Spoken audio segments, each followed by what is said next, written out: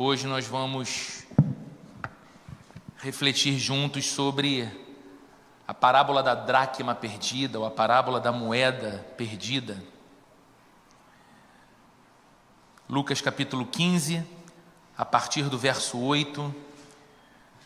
Você pode acompanhar em sua Bíblia, você que acompanha a transmissão online, acompanha também em sua tela o texto sendo projetado, e aqui à frente essas TVs também exibem o texto na mesma versão em que eu leio. Diz assim, o Evangelho de Lucas no capítulo 15, a partir do verso 8, registrando as palavras do nosso Senhor Jesus. Ou qual é a mulher que, possuindo 10 dracmas e perdendo uma delas, não acende uma candeia, varre a casa e procura atentamente até encontrá-la? E quando a encontra, reúne suas amigas e vizinhas e diz: alegrem-se comigo, pois encontrei minha moeda perdida. Eu lhes digo que da mesma forma há alegria na presença dos anjos de Deus por um pecador que se arrepende. Até aqui, vamos fechar os nossos olhos e vamos orar, falando com o Senhor mais uma vez. Pai bondoso, nós estamos diante da Tua presença por pura misericórdia. Sabemos que estamos nesse lugar porque o Senhor é continuamente bom, gracioso, e apesar de nós, dos nossos pecados, dos nossos erros, dos nossos tropeços, o Teu amor prevalece, o Seu amor nos sustenta, a Sua graça nos atrai, e o Senhor nos chama a esse lugar de culto ao Senhor, para que o nosso coração lembre de fato a quem devemos a nossa vida, qual é o propósito da nossa existência: Te adorar, viver em Tua presença, mas ainda mais, o Senhor nos atrai a esse lugar para nos moldar, para nos formar, para produzir em nosso interior o caráter e a semelhança do Teu Filho Jesus, e o Senhor usa a Sua palavra para isso, através da unção do Teu Espírito Santo, Deus vivo presente em nosso meio. O que nós Te pedimos então nessa manhã é que, assim como já Te adoramos com coração sincero, assim como estamos participando inteiramente desse culto a Ti, que nessa hora o nosso coração seja visitado pelo Teu Espírito Santo com poder, de modo que a Tua palavra seja não apenas compreendida por nós, mas a Tua palavra seja internalizada por nós, e que a Tua palavra produza vida em nós. Em nome de Jesus nós Te pedimos assim, para a Tua glória. Amém. Você já teve aquela experiência horrorosa de perder algo muito importante? Você perdeu o seu telefone. Você não consegue encontrar mais o seu telefone, e você tem a sensação de que a sua vida inteira estava naquele aparelho e dependia daquele aparelho. Você perdeu um documento justamente na hora que você precisava dele, que geralmente é assim, né? A gente perde o documento só quando precisa dele. Não sei se você já teve essa experiência horrível, mas alguns dias atrás eu estava com o Anderson, nosso querido presbítero, ali no imóvel onde vai ser a igreja, e nós estávamos ali levando algumas pessoas para fazer alguns cálculos, medições, e era um dia movimentado, eu com a minha mochila, e nós ali olhando o imóvel e conversando com pessoas, e não tinha luz ainda, então a porta ficava aberta para entrar um pouco de claridade, e depois de tudo que tinha que ser sido feito ali, nós fomos caminhando para a direção do carro, estacionado numa praça próximo ali do imóvel, e ao chegar no carro a gente tomou uma decisão, eu e o Anderson: vamos tomar um café antes de ir embora e continuar o dia? Sentar e conversar um pouco sobre tudo isso que a gente acabou de falar aqui, e assim fizemos. No caminho, curto caminho, até o lugar onde tomaríamos um café, eu me dei conta de algo. Eu não estava com a minha mochila. A mochila que está ali, eu amo essa mochila. E me bateu um desespero, e imediatamente veio a cena toda na minha mente do que tinha acontecido. Distraído com as coisas ali no espaço, olhando, medindo, pensando, em algum momento eu tirei a minha mochila e coloquei numa bancada próximo da entrada e próximo da porta que ficou aberta, e estando lá dentro, olhando o espaço com as outras pessoas, certamente alguém passou e levou a minha mochila embora. Eu voltei correndo para o lugar com o Anderson e ele disse, não, cara, tá lá dentro, vamos procurar. E acende a lanterna de celular e a gente vasculhou cada centímetro quadrado daquele lugar escuro, procurando a mochila. Meu semblante já foi caindo, ficando triste, muito triste. E eu falei, Anderson, eu acho que meu iPad está na mochila também, cara. E aí ele teve uma ideia de detetive, ele disse, Roberto, a escola na porta tem câmera, olha, vamos na escola e vamos pedir a imagem. Eu não sei se por algum momento a gente teve uma ideia de caçar o ladrão na mochila ou algo do tipo, mas a gente foi para a escola, entramos, pedimos uma conversa com o responsável, falamos do que houve, ele disse, olha, eu já vou até começar a olhar as imagens, mas a gente só pode mostrar para vocês com um pedido da polícia, vocês têm que fazer um boletim de ocorrência. Eu falei, Anderson, isso vai dar um trabalho. E aí ele até falou assim, cara, desistiu do café, né? Eu falei, não, vamos tomar um café. Mas foi um café triste. Liguei para minha filha que estava em casa e o primeiro milagre havia acontecido. Por uma obra da graça divina, o meu iPad, que sempre está na mochila, estava em casa, em cima da Bíblia.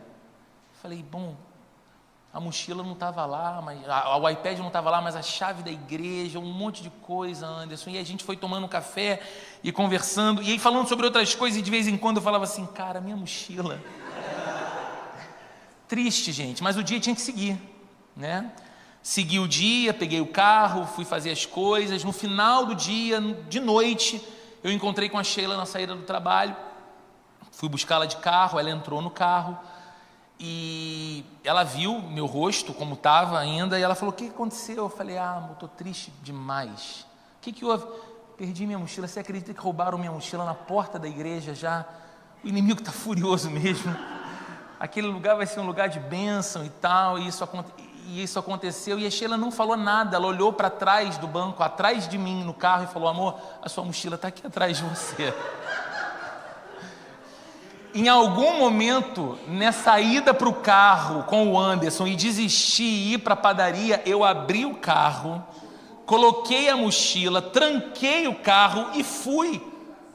No automático, sem dar conta que fiz aquilo. E qual foi a minha sensação? Uma mistura, primeiro de vergonha, eu estou enlouquecendo, mas a outra de muita alegria.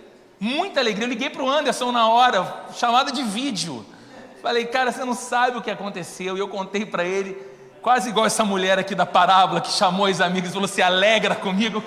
Eu quis me alegrar com ele.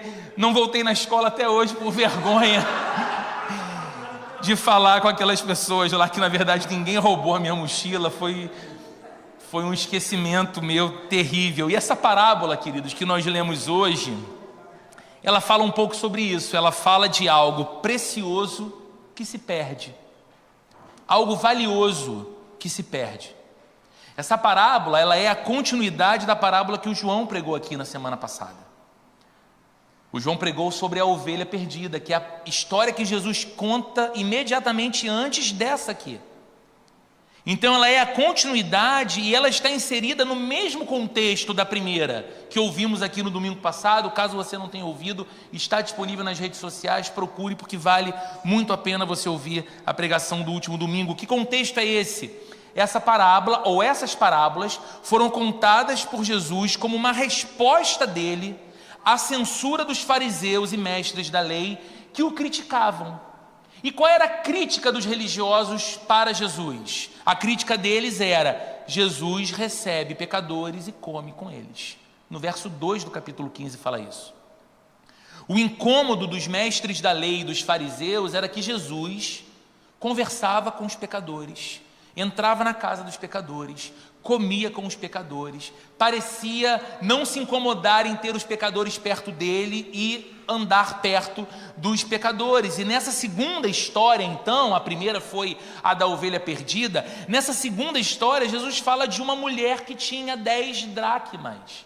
O que era uma dracma? A dracma era uma moeda de prata que tinha o valor aproximado de uma diária de um trabalhador braçal naqueles dias. Então talvez Jesus estivesse trazendo aos seus ouvintes a imagem ali de uma mulher humilde, muito comum naqueles dias, que tinha naquelas 10 dracmas talvez toda a sua poupança, Algumas pessoas dizem no nosso tempo, alguns consultores sobre investimento, dizem o seguinte: bom, o momento ideal para você investir é quando você tem pelo menos uma reserva já, para, por exemplo, se manter por 6 meses, caso você perca a renda. Outros vão dizer que você tem que ter uma reserva de 1 ano, para se manter sem a necessidade de renda, e a partir dessa reserva, ou depois que você tiver essa reserva, aí então você começa a investir. Uma pessoa humilde, ou essa mulher humilde da parábola contada por Jesus, ela não tinha muito mais do que 10 dias de trabalho poupados.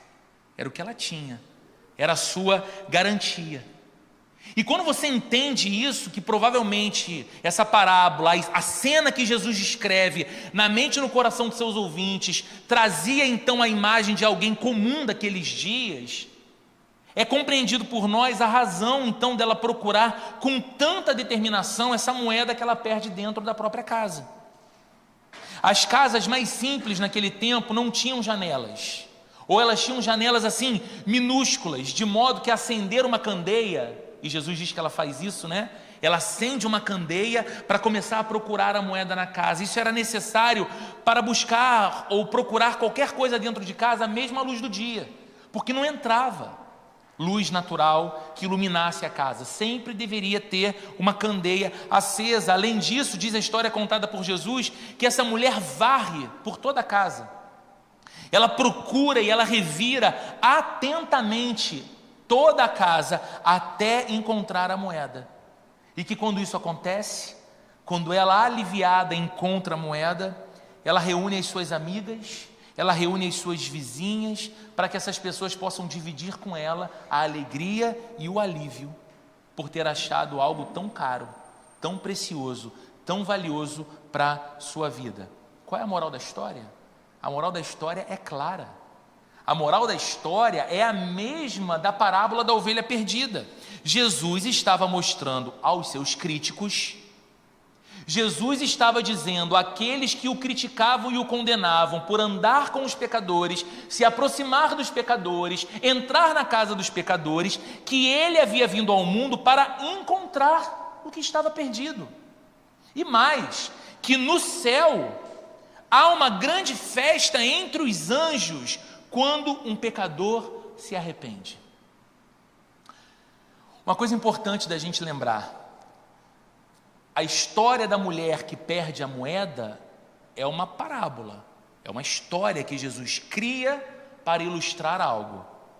Mas a afirmação de que há uma festa entre os anjos no céu quando um pecador se arrepende, não é uma ilustração.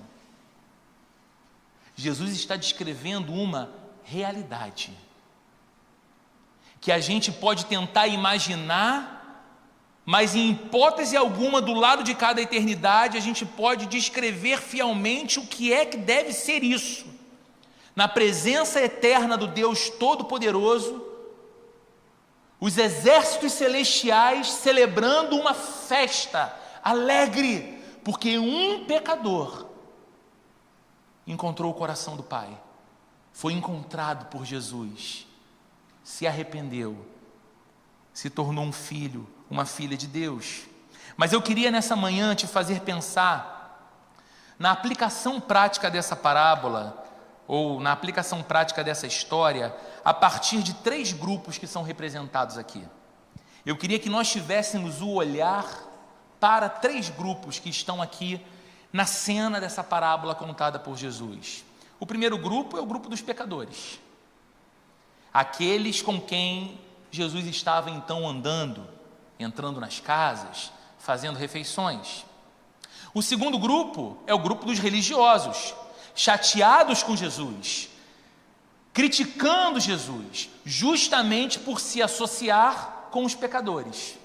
E há um terceiro grupo, que sempre estava com Jesus, os discípulos. Eles estavam aqui, os seguidores de Jesus, os amigos de Jesus, aqueles que foram chamados de fato para caminhar ao lado de Jesus e fazer as mesmas coisas que Jesus fazia. Eles também estavam aqui e eles também ouviram essa parábola. E o meu desejo é trazer ao seu coração uma pergunta para que você procure responder honestamente para você mesmo. Em qual grupo você se encontra diante dessa fala de Jesus.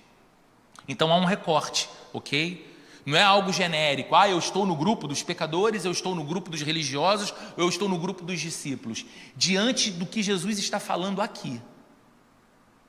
Ou seja, ele veio para buscar o que estava perdido. Ele caminhava com pecadores, entrava na casa dos pecadores e comia com os pecadores, porque essa era a vocação de sua jornada na terra, a sua missão. E mais, há uma festa nos céus sempre que um pecador se arrepende. Diante disso que Jesus proclama para todos que o ouvem, para esses três grupos, em qual grupo nós nos encontramos? Então eu quero que a gente pense no primeiro deles, o grupo dos pecadores. Quem eram esses pecadores? Os pecadores eram as pessoas de conduta moral reprovável. Aqueles que facilmente você conseguia apontar o dedo pelo tipo de vida que viviam ser tão reprovável. Os seus pecados, o seu estilo de vida, o seu histórico passado, tudo isso era um claro indicativo da reprovação de Deus. Porque não era possível a ideia de que um Deus santo, justo, todo-poderoso, tão digno de glória, tão digno de honra, tivesse um olhar que não fosse um olhar de reprovação para esse tipo de gente que vivia uma vida tão antagônica à vida de Deus, que colhia do histórico de sua vida experiências tão diferentes daquelas que Deus idealizou para o ser humano criado por Ele. Por causa disso, essas pessoas, esses pecadores, eles tinham sempre sobre si os olhares mais condenatórios, em especial dos líderes religiosos daqueles dias. Por quê? Porque eles eram uma gente estranha demais, estranha para Deus, estranha para a fé, com um comportamento ético reprovável, vivendo uma moral deturpada. Essas pessoas não frequentavam o templo, essas pessoas não participavam dos cultos, essas pessoas não eram contadas como dignas do olhar amoroso de Deus, mas elas eram taxadas como repugnantes. Por isso elas eram desprezadas. Era um grupo muito destacado da sociedade de Israel naqueles dias, porque eles eram impuros, porque eles eram maus, porque eles eram corruptos. Nesse grupo estavam os publicanos, avarentos cobradores de impostos que se corrompiam e a serviço de Roma extorquiam o próprio povo judeu, o seu próprio povo, para ter benefício, para ter renda e para ter riqueza. Nesse grupo estavam mulheres de conduta moral reprovável. Nesse grupo dos pecadores estavam aqueles que de fato eram deixados de lado, que você não encontrava no culto, você não encontrava na igreja, você não encontrava com uma Bíblia debaixo do braço, você não os via sendo ou fazendo aquilo que quem crê em Deus é e faz. Por isso mesmo era uma gente que para quem não havia esperança. Não era comum que os mestres da lei, que os fariseus, que os frequentadores semanais da sinagoga e do templo olhassem para essas pessoas e pensassem, bem, mas Deus pode todas as coisas, não é verdade? Então a gente não pode desprezar totalmente, não. Era uma gente que recebia um olhar de não gaste tempo com ele, não gaste tempo com ela, porque para esse tipo de vida não há esperança. Mas aí chega Jesus. E diferente dos mestres da lei, dos fariseus, dos religiosos do seu tempo, Jesus conversa com essas pessoas que ninguém queria conversar. Mais do que isso, Jesus entra nas casas dessas pessoas que ninguém sequer queria passar na porta. E mais do que isso, Jesus faz refeições com essas pessoas nas casas dessas pessoas. E você sabe que pode ser que alguém vá em sua casa. Um prestador de serviço vai na sua casa, mas ele não é íntimo seu, ele não é seu amigo, ele não é alguém com quem você nutre uma relação, você não o convida à mesa para almoçar ou jantar com você. Você faz isso com alguém que você tem um mínimo de proximidade e interesse naquele momento e naquele encontro. Nós nos sentamos à mesas com as pessoas que nós amamos, com os nossos amigos queridos. Com esses nós passamos horas a fio conversando. O tempo passa e a gente nem nota. Mas com pessoas tão reprováveis, como é que Jesus não apenas entrava em suas casas, mas sentava à mesa e comia com elas? Isso é um sinal de aprovação. Isso é um sinal de interesse afetivo naquela pessoa. E pior, muito pior, Jesus convidava várias delas para andarem em seu grupo de seguidores. Olha que escândalo. Que escândalo. Parece que Deus gosta de ter por perto o tipo de gente que muitas vezes nós queremos longe. Esse é o primeiro escândalo da vida de Jesus. Comunicar a ideia de que Deus gosta de ter perto de si pessoas que nós, por escolha própria, manteríamos longe de nós. Por quê? É muito diferente de mim. Vive uma vida muito degradante perto da minha vida diante de Deus. E uma coisa importante da gente pensar é que quando esses pecadores estavam com Jesus, ou quando Jesus estava com eles, um deles. Certo? E eu sei que existe uma mística cristã popular entre muitos crentes que diz o seguinte: bem, um princípio de santidade é eu me manter distante daquelas pessoas que não querem absolutamente nada com Deus, sob o risco inclusive de, se ficar muito próximo delas, me tornar como uma delas.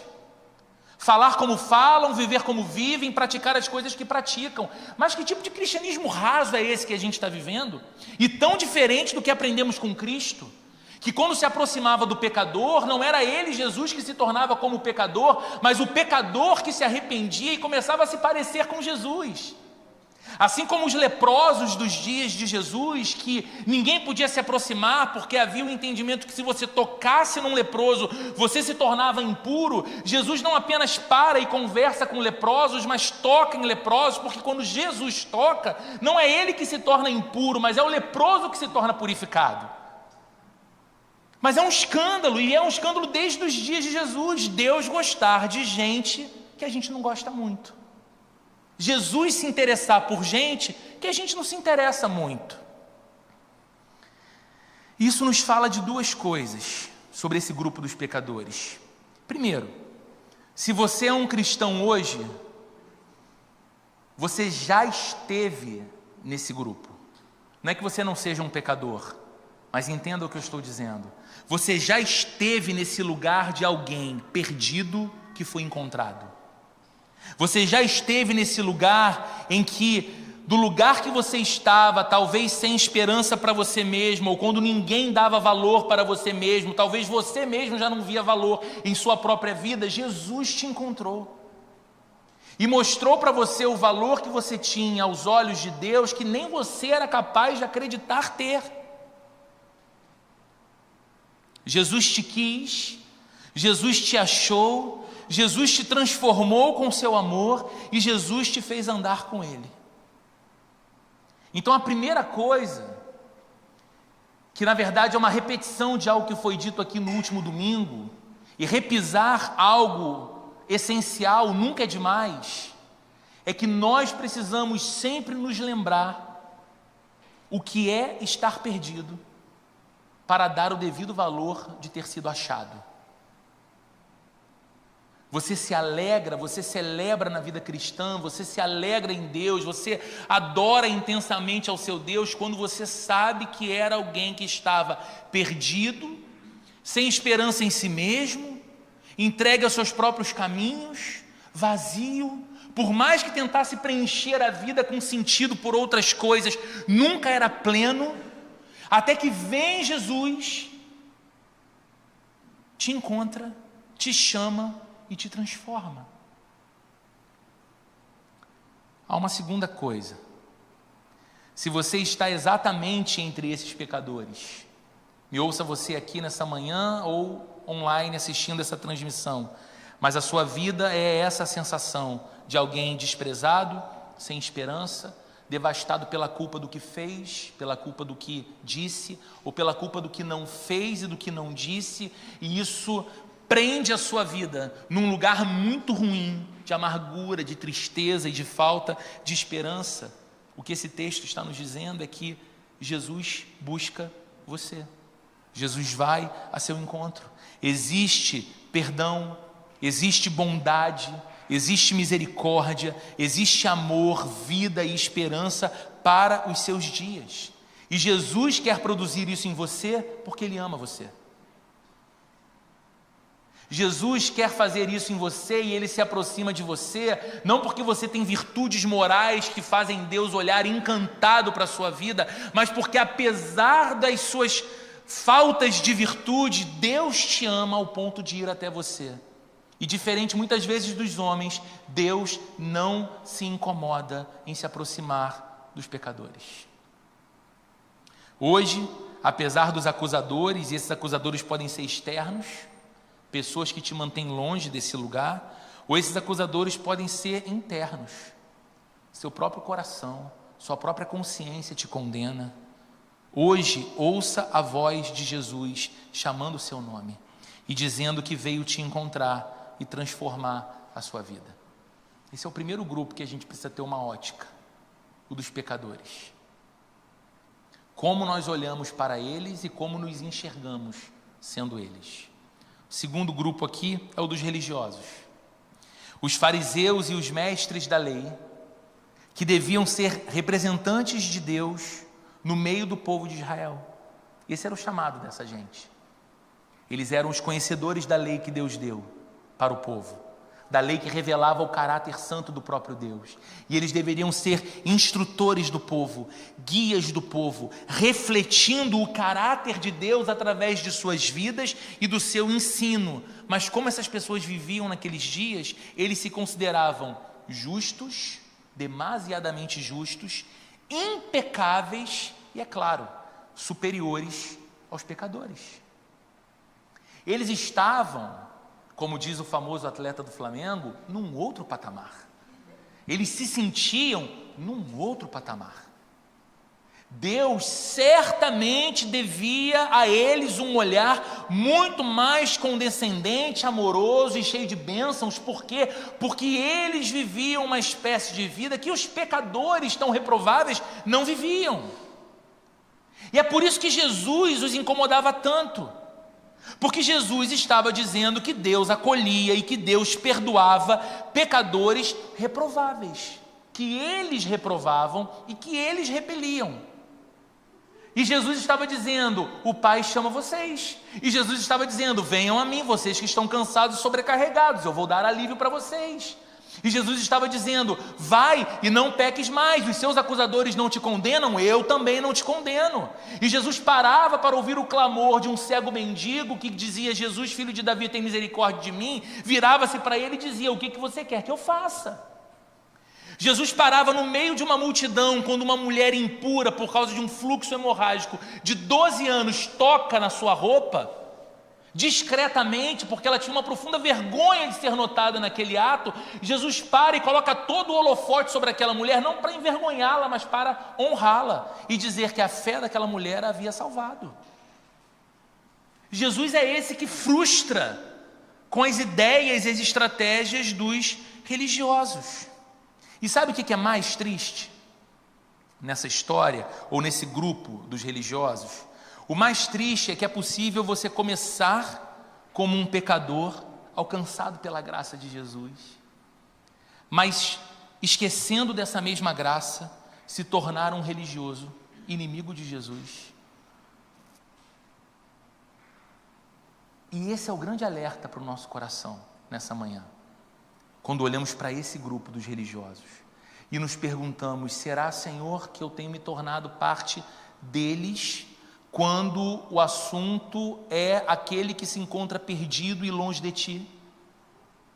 me esquecendo que eu fui alcançado por pura obra da tua graça, por um favor que eu não merecia, por uma misericórdia mais forte do que qualquer outra força desse mundo, que me achou, que me encontrou, que me transformou, que me amou, que transformou o meu caráter, e agora, nesse novo lugar, seguindo a ti, amando a tua palavra, amando a Bíblia, eu me tornei alguém que tem um olhar de constante reprovação e desprezo pelo pecador. Será que lá dentro de mim eu me julgo muito superior a ele?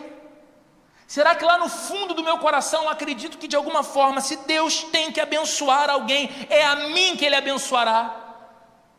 Porque eu não estou na praia no domingo de sol, mas eu estou no culto. Porque eu não estou no jogo de futebol junto com os amigos e vizinhos, mas eu estou no culto. Porque eu leio a Bíblia, porque eu oro, porque eu tento ser fiel ao meu casamento, porque eu educo meus filhos no caminho do Senhor, então Deus me deve algo. Será que temos nos tornado assim?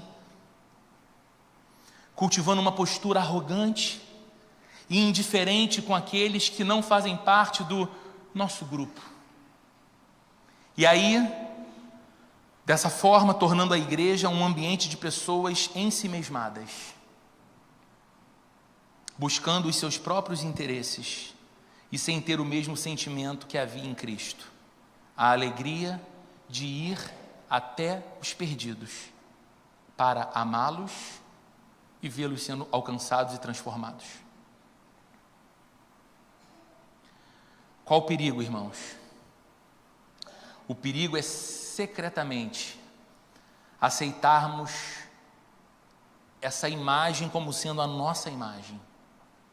Esses religiosos que olham para o mundo e repetem expressões de alguma forma bíblicas, mas desconectadas do todo bíblico, e que dizemos assim, então, esse mundo não tem mais jeito, esse mundo está perdido, essas pessoas estão cada vez mais degradadas, cada vez mais imorais, quem é sujo, suje-se mais, aquele que é santo se santifique mais, e aí as pessoas vão então se resumindo a guetos religiosos, e aqueles núcleos suprassantos da comunhão e da alegria dos cristãos, e queridos, isso é maravilhoso, é bom estarmos juntos, é bom termos comunhão, é edificante estarmos com os outros crentes. Agora, quando isso tudo fomenta em nós um sentimento de desprezo e indiferença ao mundo que está fora daqui,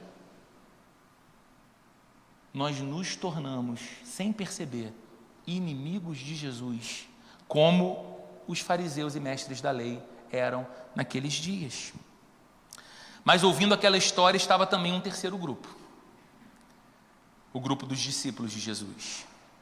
Aqueles discípulos não apenas ouviam as coisas maravilhosas que Jesus dizia para os pecadores, aqueles discípulos não apenas viam as coisas impressionantes que Jesus fazia para aqueles pecadores perdidos e rejeitados, mas eles próprios foram alvo do amor salvador de Jesus e do chamado eficaz de Jesus. Lembre-se, esses mesmos discípulos ouviram de Jesus, Evangelho de João, capítulo 13, verso 15, eu dei o exemplo para que vocês façam como lhes fiz.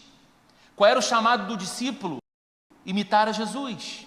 Qual é o chamado de um discípulo? Fazer as mesmas coisas que Jesus faz, viver a espécie de vida que Jesus vive, olhar para Jesus e imitá-lo, desejar ver a vida dele na sua vida, desejar ver o caráter dele se transformando no seu caráter. Esses discípulos viram o Senhor entregando a vida na cruz para perdoar e salvar todo aquele que cresce em seu nome e em sua obra redentora. Esses discípulos ouviram do Cristo ressurreto que eles deveriam ir por todo o mundo pregando o Evangelho e fazendo novos discípulos para Jesus num movimento constante de vida e transformação. A pergunta que devemos nos fazer é: somos discípulos de Jesus? Você é um discípulo de Jesus? Essa igreja é constituída de discípulos de Jesus? Veja, eu não estou perguntando se você é crente, eu não estou perguntando se você é evangélico, se você é membro da Plena Rio. Eu estou perguntando se, apesar disso tudo, ou além disso tudo, principalmente você é discípulo de Jesus.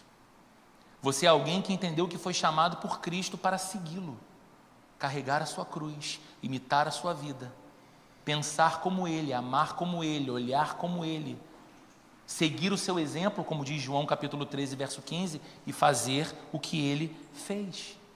Porque se a resposta é sim, se eu sou um discípulo de Jesus, se você é um discípulo de Jesus, se essa igreja é uma comunidade de discípulos de Jesus, então nós precisamos entender a nossa vocação para procurar e alcançar o perdido, e a nossa vocação para fazer festa, junto com os anjos dos céus, sempre que um pecador se arrepende e conhece a maravilhosa graça de Jesus.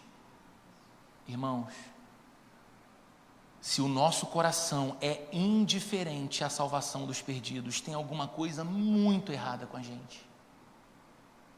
Se o nosso coração sente que tanto faz, tanto fez, se alguém conhece a Cristo ou não, se alguém ouve o Evangelho ou não, se essas cadeiras podem ser ocupadas por outras pessoas ou não, se um novo prédio onde estaremos estará cheio de pessoas ou não, basta que eu esteja, que os meus amados estejam, que os meus filhos estejam, e que todo domingo eu possa ter um momento prazeroso de manhã, com pessoas que eu gosto, depois eu sigo para a minha vida com meu coração leve e inspirado pela presença de Deus. Estamos errando miseravelmente na nossa vocação, irmãos.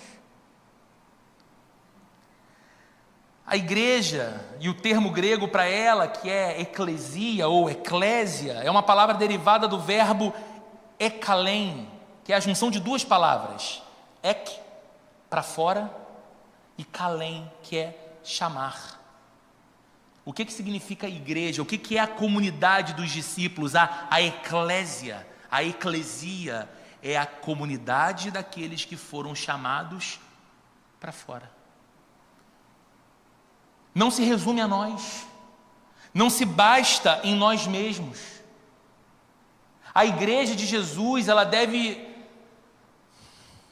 gerar uma espécie de assombro na sociedade, não por causa dos escândalos imorais que acontecem dentro dela, não por causa da briga de poder que acontece muitas vezes dentro dela, não por causa da sua sede de protagonismo político, como muitas vezes vemos acontecendo dentro dela. A igreja de Jesus deveria causar o assombro na sociedade, porque é a única organização na sociedade que não está dedicada aos interesses do seu próprio grupo, mas aos que estão fora do grupo.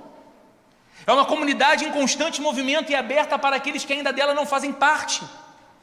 É uma comunidade que continuamente diz: isso aqui é maravilhoso, adorar ao Deus das nossas vidas é maravilhoso, o domingo de manhã é maravilhoso, mas enquanto eu sei que há pessoas morando comigo, estudando comigo, na minha rua, que não conhecem essa mesma graça, não adoram a esse mesmo Senhor, não foram alcançadas por esse mesmo Cristo, a minha missão não acabou, porque como discípulo de Jesus, Ele disse que eu deveria ir pelo mundo, fazendo discípulos para Ele.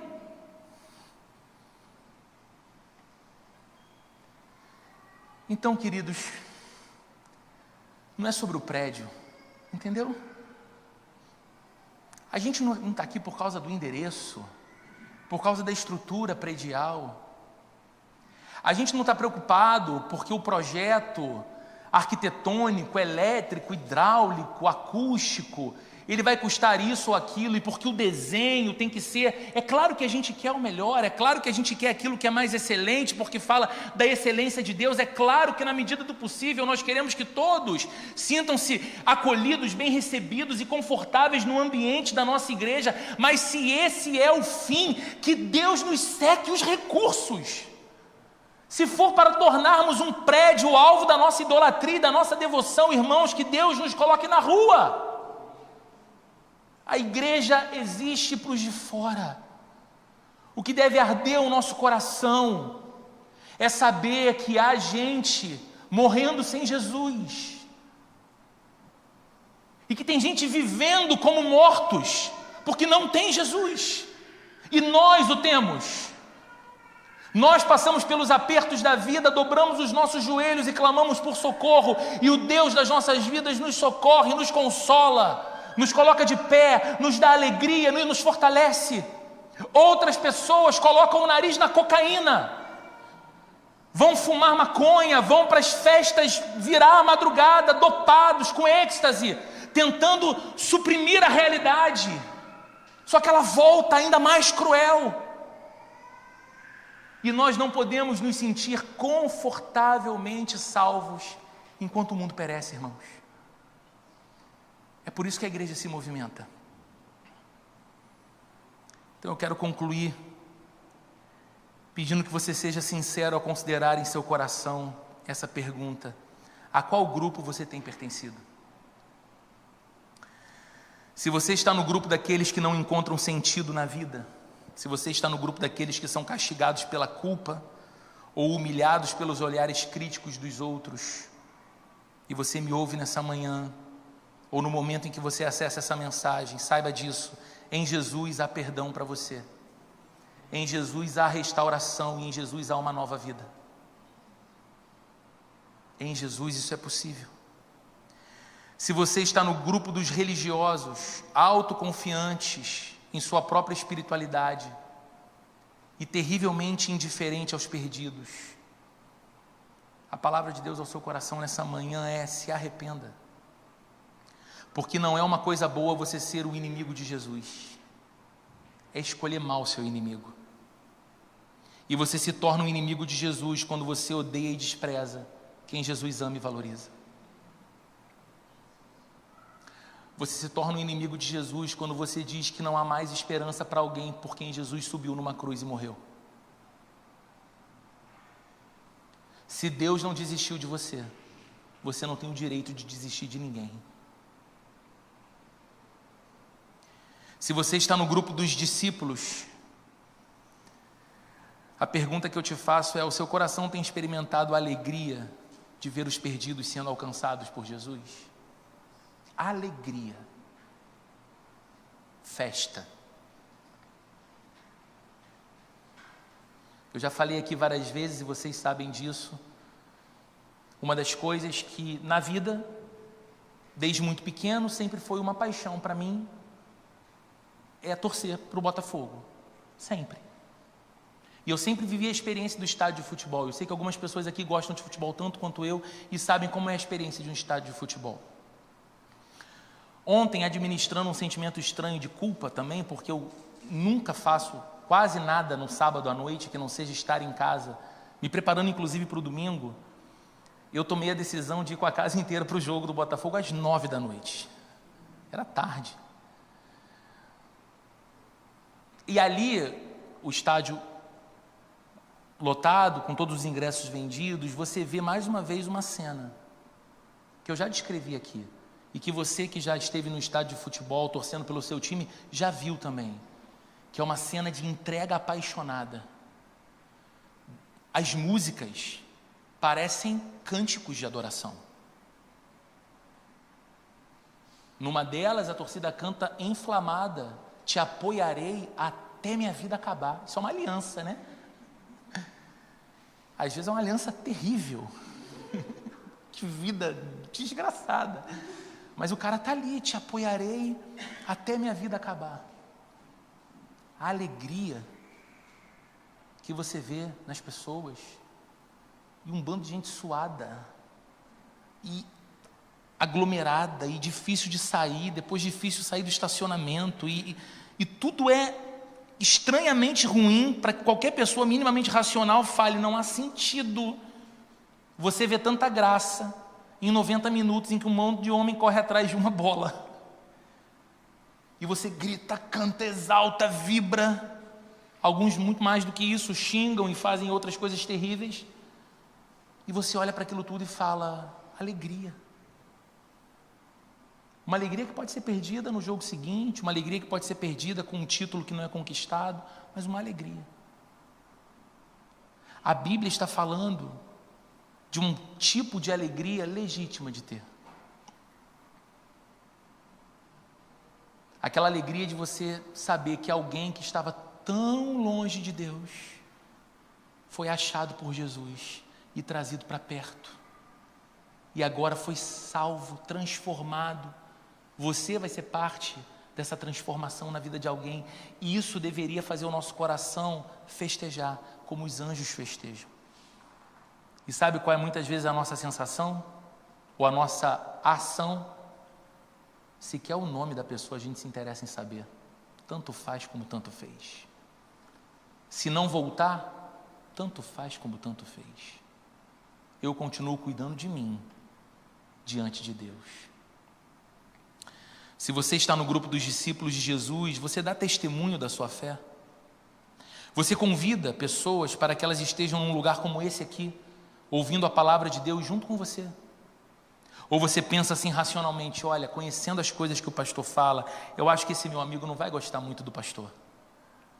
Ou não vai gostar muito da igreja. Porque às vezes, não sei, pode confrontar muito. Você realmente crê que a palavra de Deus é viva e eficaz? E como uma espada, como diz a própria Bíblia, você realmente crê que a fé vem pelo ouvir e ouvir a palavra de Deus? Porque se você crê, você sabe que basta a pregação fiel da palavra de Deus. E Deus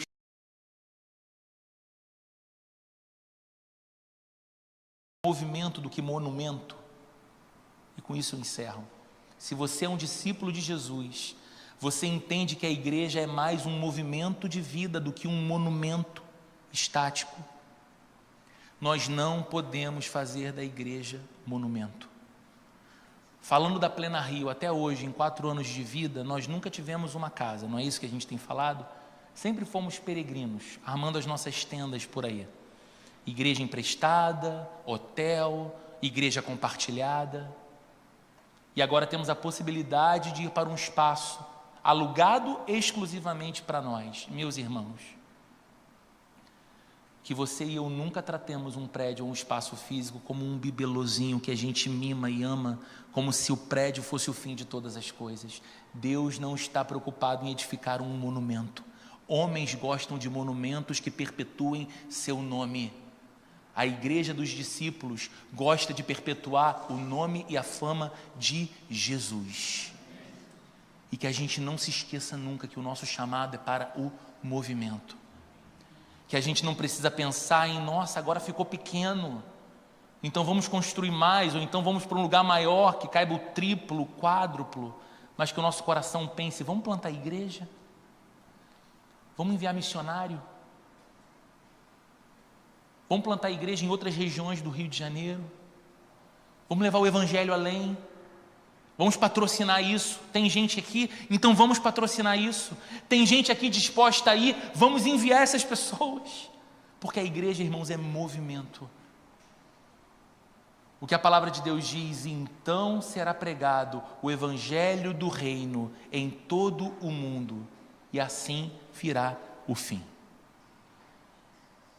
O que precisa acontecer para que o Senhor volte, segundo a Bíblia, o evangelho do reino tem que ser proclamado em todo o mundo.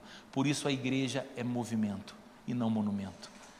Que o nosso Deus nos ajude a ter um coração que se alegra com a salvação do perdido e um coração que se interessa em ir ao encontro daquele que está perdido, sem repulsar, sem desprezar, sem rejeitar a sua vida, mas levando o amor de Jesus, um amor que transforma e que ressignifica. Vamos orar. Senhor, obrigado por tua palavra nessa manhã de domingo. Que o Senhor faça aquilo que nós não somos capazes de fazer por nós mesmos, que é ter o coração certo diante da tua palavra. O Senhor sabe das nossas inclinações. O Senhor sabe como podemos nos acomodar na condição do pecado. O Senhor sabe também como podemos nos acomodar na condição de religiosos, cheios de justiça própria, achando que o fato de termos uma agenda cristã é tudo que nos basta para que o Senhor nos ame e nos deva algo. Que o Senhor nos faça discípulos que querem ser como o Senhor é e querem reproduzir a obra do Senhor, uma obra de amor e de resgate. E que essa igreja seja uma comunidade de discípulos que desejam ver o movimento do Evangelho alcançando vidas, famílias, transformando histórias para a sua glória. Deus, a força o Senhor nos dará, os recursos o Senhor enviará, os embaraços o Senhor vai desembaraçar. O Senhor é o dono da igreja, mas dê-nos um coração correto.